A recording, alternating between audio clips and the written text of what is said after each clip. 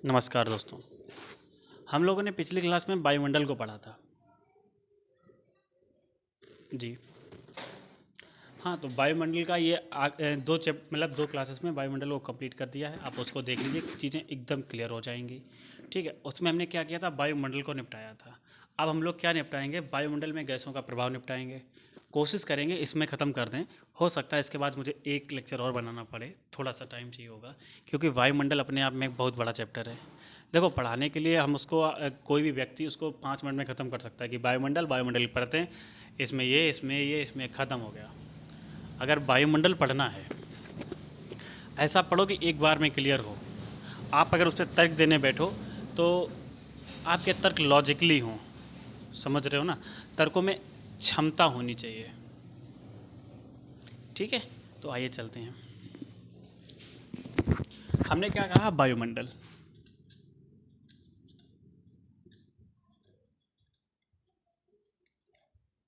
वायुमंडल को डिकोड कर लिया था, एक बार और बता देता हूँ। आखिर वायुमंडल है क्या। हमने कहा वायु, व्हाट इज़ द वायु। हाँ, वो स्लो में, वायु क्या है, व्हाट इज़ द एयर। तो जो एयर है वो क्या है भैया, गैसों का मिश्रण है, मिक्सर ऑफ गैसेस। और मंडल क्या होता है, मंडल होता है किसी भी चीज़ का, मतलब अगर कोई चीज़ है तो उसका एक बड़ा क्षेत्र पाया जाना, एक बड़ी मात्रा में पाया जाना मंडल होता है। जैसे आप जहाँ रहते हो तो आपका एक ज़िला होगा, और आपके ज़िले से ऊपर क्या मंडल होता है ना भैया। तो जो आपका मंडल होता है, ज़िला है, ज़िले के ऊपर मंडल है, मंडल वगैरह है, ये सारी चीज़ें आपको आती हैं। तो ऐसे ही क्या है, इन चीज़ों का भी एक मंडल है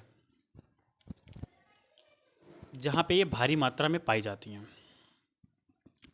हमने कहा वायुमंडल मतलब एक ऐसा एरिया पृथ्वी से ऊपर की ओर जहाँ पे क्या होता है, गैसों का मिश्रण अधिक मात्रा में पाया जाता है। वहाँ पे है क्या, सिर्फ मिश्रण ही मिश्रण तो है गैसों का, और क्या है। अगर आप अभी एक काम करिए, अपनी साइकिल से तो नहीं जा पाएंगे हैं, अगर आप प्लेन वगैरह की व्यवस्था कर सकते हैं तो देख लीजिए भैया। अगर आप जाएंगे तो आपको वहाँ क्या मिलेगा, कुछ नहीं मिलेगा। पेड़ पौधे मिलेंगे, नहीं मिलेंगे। पर्वत मिलेंगे, नहीं मिलेंगे। मतलब पठार मिलेंगे, नहीं मिलेंगे। समंदर मिलेगा, महासागर मिलेगा, सागर मिलेगा, कुछ नहीं मिलेगा सिवाय गैसों के। तो जब हमें गैसें ही हैं, तो ये जो गैसें हैं ये अपना प्रभाव भी तो छोड़ेंगी। O2 अपना अलग प्रभाव छोड़ेगी, NO2 अपना अलग प्रभाव छोड़ेगी, CO2 अपना अलग प्रभाव छोड़ेगी, मीथेन अपना अलग प्रभाव छोड़ेगी, आर्गन अपना अलग प्रभाव छोड़ेगी। और हमने क्या कहा था कि जैसे जैसे हम पृथ्वी की सतह से ऊपर की ओर जाएंगे, गैसों की सघनता कैसी हो जाएगी, कम हो जाएगी। और जब गैसों की सघनता धीरे धीरे कम होगी, तो जिन गैसों की सघनता कम होगी, तो उन गैसों से होने वाला प्रभाव भी वहाँ पे कैसा होगा, कम मात्रा में देखने को पाया जाएगा। चलो, हम क्या बात करेंगे, गैसों का प्रभाव। वायुमंडल है क्या है, वायु क्या है, गैसों का मिश्रण, गैसों का मिश्रण, यही तो है। अब अगर ये गैसों का मिश्रण है भैया, तो गैस तो सर पाई जाना पक्की बात है, ये हो गया। श्री राम। चलो, तो अब गैस हैं, तो गैसों का जब मिश्रण है तो क्या होगा, गैसों का प्रभाव भी तो होगा।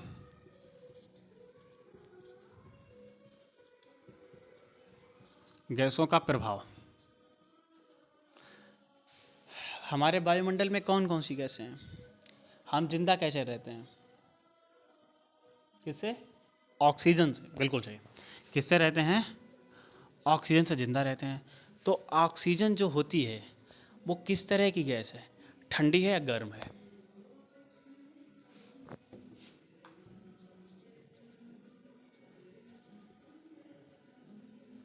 ठंडा, गर्मी, क्या रहेगा, ये ठंडा जो है ये क्या करेगा, ठंडी होती है तो ये क्या करेगी, ठंडक देगी, ठंडक रहेगी। और क्या रहेगी, गर्मी में CO2, जो हमारी CO2 है वो कैसी गैस है, गर्म गैस है, तो वो गर्मी को बढ़ाएगी, बढ़ाएगी ना। कार्बन डाइऑक्साइड गर्मी को बढ़ाती है, और CO2 सॉरी जो O2 होती है ऑक्सीजन, वो ठंडी गैस होती है। ठीक भैया। जब आपका CH4 मीथेन बढ़ेगा और क्या बढ़ेगा, कार्बन डाइऑक्साइड बढ़ेगी और क्या बढ़ना चाहिए साथ में, जल वाष्प और होनी चाहिए H2O। अगर ये कंडीशन बनती है आपकी वायुमंडल में, जहाँ पे गर्मी बढ़ती है, मीथेन होती है, और जो जल है ना, जल वो वाष्प के रूप में पाया जाता है, तो क्या हो जाता है, उमस। क्या हो जाती है, वायुमंडल में से क्या होती है, उमस, उमस हो जाती है। और उमस का मतलब क्या है, हमारी जो बॉडी है वो दिन आ गए जब हम चिपचिपे होंगे पसीने में, है ना, पसीना सूखना चाहेगा, हवा संतृप्त होगी, पसीना सूखा नहीं पाएगी, फिर क्या होगी, बारिश होगी होगी। तो ये जो बारिश, तूफान, चक्रवात, ये जितनी भी प्राकृतिक घटनाएं हैं, ये इनका प्रभाव हमारे वायुमंडल से भी होता है।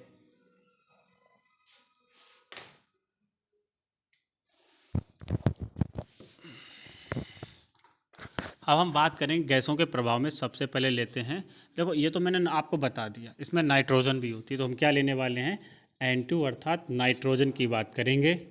नाइट्रोजन किस तरह की गैस है, हमारे वायुमंडल में कितनी मात्रा में पाई जाती है, और ये सक्रिय गैस है या अक्रिय गैस है, इन चीज़ों को जानेंगे। तो जो नाइट्रोजन है वो 78% हमारे वायुमंडल में पाई जाती है, जो कैसी है, सबसे अधिक मात्रा में पाई जाने वाली गैस है। ठीक, और ये कैसी है, अक्रिय गैस है। अक्रिय गैस, नाइट्रोजन कैसी गैस है भैया, नाइट्रोजन जो है वो हमारी अक्रिय गैस है। एक सेकेंड, हिल रहा है ये तो,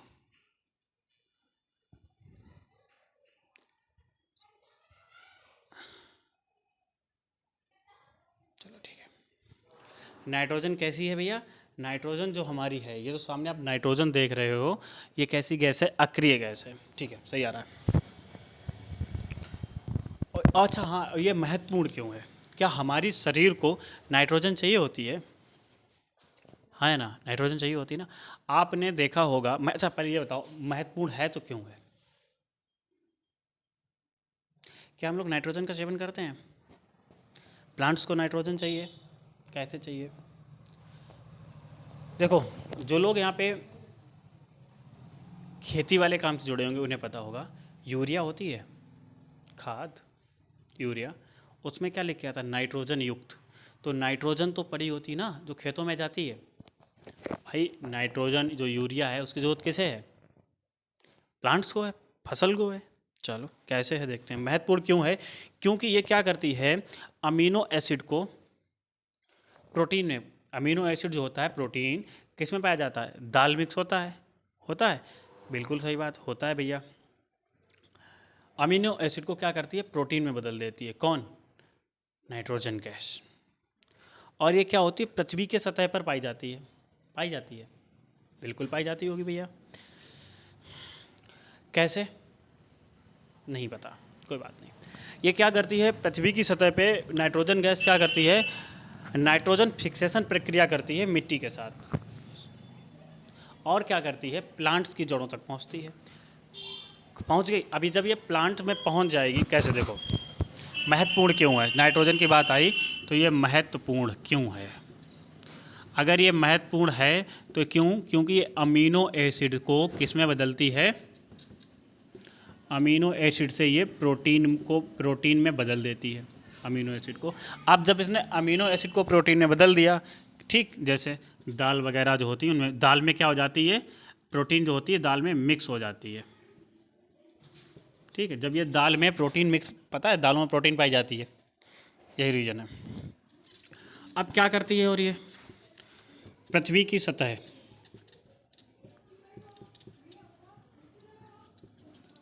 जब ये पृथ्वी की सतह पर क्या करती है,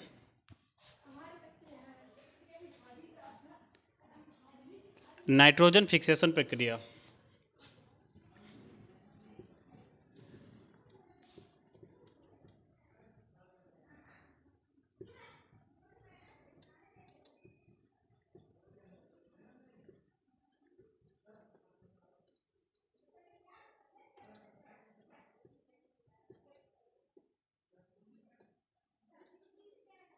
नाइट्रोजन फिक्सेशन प्रक्रिया करती है। कौन? नाइट्रोजन। और क्या करती है? सॉइल प्लांट प्लांट मतलब जो सॉइल के थ्रू, मतलब किसके थ्रू? मिट्टी के थ्रू कहाँ चली जाती है? प्लांट में चली जाती है और प्लांट को क्षमता प्रदान करती है, मतलब बल देती है और चीज़ों में सहायक होती है। अच्छा भैया, सहायक होती है, अच्छी बात है। क्या हम नाइट्रोजन का प्रयोग प्रत्यक्ष करते हैं या अप्रत्यक्ष करते हैं? नाइट्रोजन अगर हमें मिल जाए तो क्या हम डायरेक्ट खा लेते हैं? नहीं। तो क्या होता है, नाइट्रोजन का प्रयोग जो है मानवों द्वारा प्रत्यक्ष रूप से नहीं किया जाता है। तो हम क्या लिखेंगे? प्रयोग प्रत्यक्ष रूप से नहीं, प्रत्यक्ष रूप से नहीं। किसका?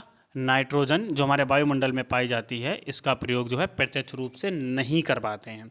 अच्छा, और चलो अब हम ये तो हो गई हमारे किसकी बारे की बात कि नाइट्रोजन गैस पाई जाती है, मात्रा कितनी होती है, महत्वपूर्ण क्यों है। पृथ्वी की सतह पर ये नाइट्रोजन फिक्सेशन प्रक्रिया करती है और मिट्टी के द्वारा प्लांट्स में जाती है, और प्लांट्स क्या करता है, उसमें प्रोटीन वगैरह अपना जो भी होता है वो प्रोसेस कंप्लीट करता है भैया। अब इतनी बात हो गई, कौन सी प्रक्रिया के द्वारा हम इसको खाते हैं नाइट्रोजन को? तो नाइट्रोजन फिक्सेशन प्रक्रिया के कारण हम इसको ग्रहण करते हैं, है ना, इसको ग्रहण करते हैं।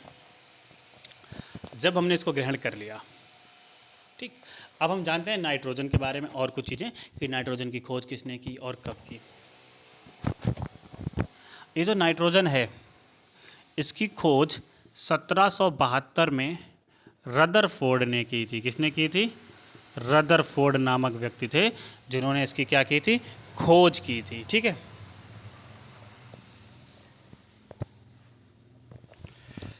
चलो एक चीज़ और क्लियर कर दे रहा हूँ आपकी।